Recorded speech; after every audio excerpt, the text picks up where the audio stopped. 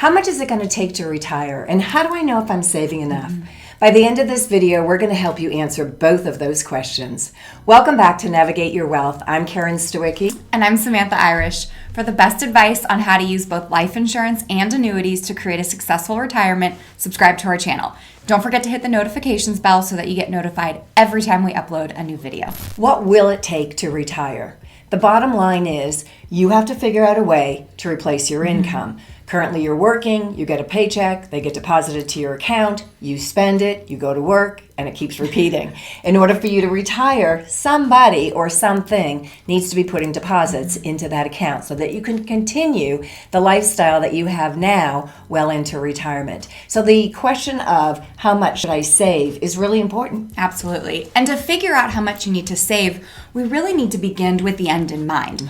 Ultimately, we need to know what's the income that we're trying to replace. And then once we know what that number is, then we subtract income that we know is coming in. So first and foremost, do you work for a company that has a pension? That would be a subtraction, whatever the annual contribution is. Social Security, do you think that you will be able to receive that? Is it so far in the future that your fingers are crossed for it? What's the number? Have you done your Social Security projections? Then you subtracted that from the number we're trying to replace.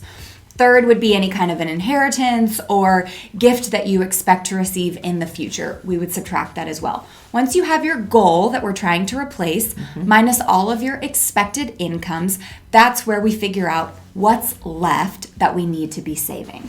And we call that the gap, right? So we have to figure out what we, as Samantha said, the total amount that we want, what we believe we're going to get, and whatever that gap is gets replaced with what you save. So again, the question of how much do I need to save or am I saving enough can be answered by trying to figure out how big did that bag need to be and how many years do I have to fill it. Leave a comment in the section below and let me know where you are saving to fill your gap.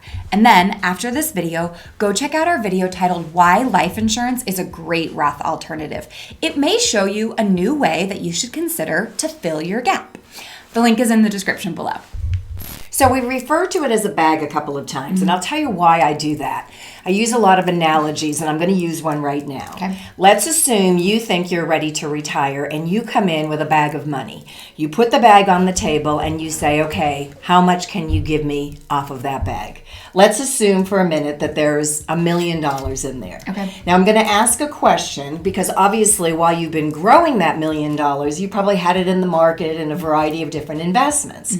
So now the big question is, when we invest that money now in retirement, did you want that income from that bag every year or just the years the market does well?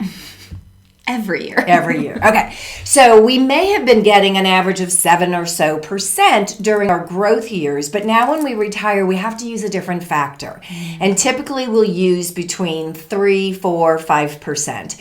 Now we'll get into it in another video about the 4% rule, but for the purposes of this conversation, let's just assume that we can get 4% off of that portfolio. Okay. All right. So you gave me $1 million. I can give you $40,000 a year. Is that enough? Not really. Okay, you don't get to retire yet. Okay. See, that's what we have to figure out. And that's why when Samantha said begin with the end in mind, once we figure out what that gap is, do this. And anybody can do it with any number. If your gap is 80,000 or 100,000 or 200,000 or 50, take that number and divide it by 4%. So if that number is $100,000 divided by 4, you need $2.5 million. So if you've only got $1 million in there right now, you're not done. All right. But when we're also figuring out how big that bag needs to be, we have to do, and we have calculators for that, right? And so we'll figure out how much do I already have saved, and then do a calculation on what that growth can be. Again, probably at 7%. And so then that also gets to subtract from what we need in the bag. So don't be so discouraged that when you see that you need to have $1 million or $2 million, that you're never going to be able to get there.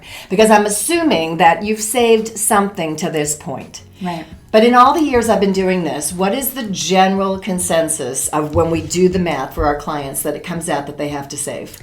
Every client should be saving between 15 and 20% of their gross wages. Gross. Now, that's an important distinction because a lot of times when you get your paycheck and then you pay your taxes and then you pay your rent and then you say, okay, now I have a smaller bit of money. Now what can I be saving for my retirement? Listen, your employer appreciates you, and so they pay you.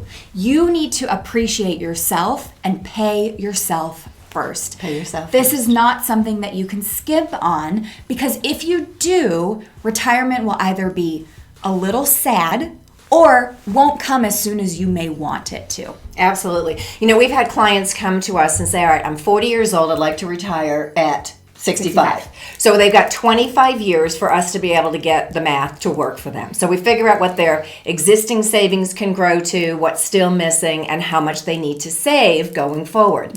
Oftentimes, when we give them that number, it's bigger than what they're currently saving. So they get discouraged, they go home, and they think about our conversation for 5 years and come back and say, I'm ready. Unfortunately, 5 years later, your window is 5 years shorter, and the number that you need to save didn't get smaller.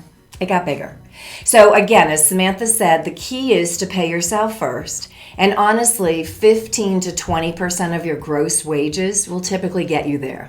Starbucks, shopping, travel, fancy cars, those things are great. But I promise you, in the 40 years I've been doing this, I've never had a client on their deathbed say, I wish I hadn't saved so much. In fact, most people at 50 and 60 years old say, why didn't I save more? Yeah. So, it's a tough choice. You can pay now or you can pay later.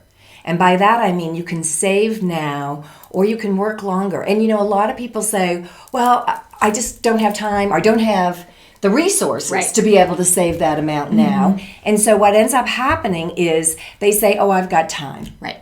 And the biggest challenge with that is you think, oh, I'll just work till I'm 65 or 70 or 80 years old. I like working. Yeah. I don't want to be retired. The problem is that may not be your choice. Your employer may put you to pasture for a younger, newer model, and now you don't have a job, or your health. Right. And that's the biggest thing. We just don't know what the future holds. So the time to take this seriously is yesterday, and the next best time is today. Well, and another factor that you've got to consider when we're talking about filling the gap is, what have you already saved? Because it's possible that you're watching this video today and you do not have 2 pennies to rub together and you're saying, I've got to start. But it's more likely that you're watching this video today because you've been saving a little bit and you're just wondering, is this even going to be enough? The existing savings that you have is a factor that we consider with our clients. That money is going to grow between now and the date that you retire. Every new dollar that you contribute will also grow as you continue to make those contributions. So we have a calculator that we use with our clients, and that calculator is specified to them. It's specified to you, your numbers, your needs, and it will help you to understand not only what your gap is, what your old existing money has the potential to grow to, and then ultimately, what is the specific number that you should be saving? What is your percentage? We say that 15 to 20% of your gross wages is the number. If you're very young and you've got lots of time, it may be slightly less than that. No one ever said they saved too much, so we would still encourage 15 to 20%, but it may be possible. If you've waited and you've prioritized other things and your retirement window is shorter, it may be a little bit higher. But wouldn't it be nice to know what your number is? Here's another thing that you may be wondering. Well, I am contributing to my 401k. I'm putting in the maximum that I can, and my employer is giving the match. So can I count both my contribution and my employer's?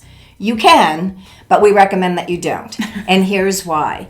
Your employer is matching that today. But we've certainly seen over time that some cases the employer stops the contribution. They're having financial issues, and better to keep you employed and stop your match on your 401k than to fire you, right? So we don't like to count the employer match. Consider that icing on the cake. You should be shooting for the 15 to 20% of your gross wages. Pay yourself first, and that employer match is extra. Also, you may leave that company and go to another company that doesn't give a match. And so now how are you going to make up that difference? So just do it right from the beginning. If you'd like to run an analysis to see if you're saving enough and in the right places to fill your gap, click on the link below and become our client. If you liked this video, give it a thumbs up, subscribe to our channel, and as always, share it with a friend. Thanks for watching. And remember, if what you thought to be true turned out not to be, when would you want to know it?